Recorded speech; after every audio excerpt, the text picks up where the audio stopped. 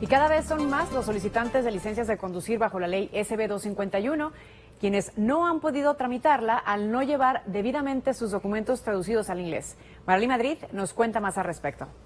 A tan solo 2 semanas de que comenzara la expedición de licencias de conducir o tarjetas de identificación para los residentes que se encuentran ilegalmente en el país, en el estado de Colorado, el manual de conducir traducido al español ya está disponible de manera gratuita en el sitio web del Departamento de Vehículos Motorizados, como le informamos desde el viernes. Si bien los residentes pueden realizar el examen escrito en español, recuerde que los documentos requeridos por el Departamento de Vehículos Motorizados tiene que ser traducido al idioma inglés debido a que es el idioma oficial, tal y como nos explica el abogado Lester Nieves. El lenguaje oficial de Colorado, como cualquier otro estado, es el inglés. Los documentos tienen que ser en inglés.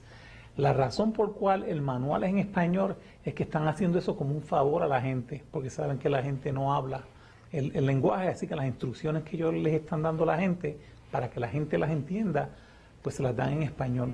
La razón por la cual el Departamento de Vehículos Motorizados requiere que los documentos en español estén traducidos al inglés es porque al departamento podría implicarle un costo adicional si estos están en un idioma no oficial. Si tú sometes documentos que son en inglés, alguien va a tener que traducir esos documentos y eso va a ser un costo, con tanta gente que estamos hablando aquí, eso va a ser un costo bien alto.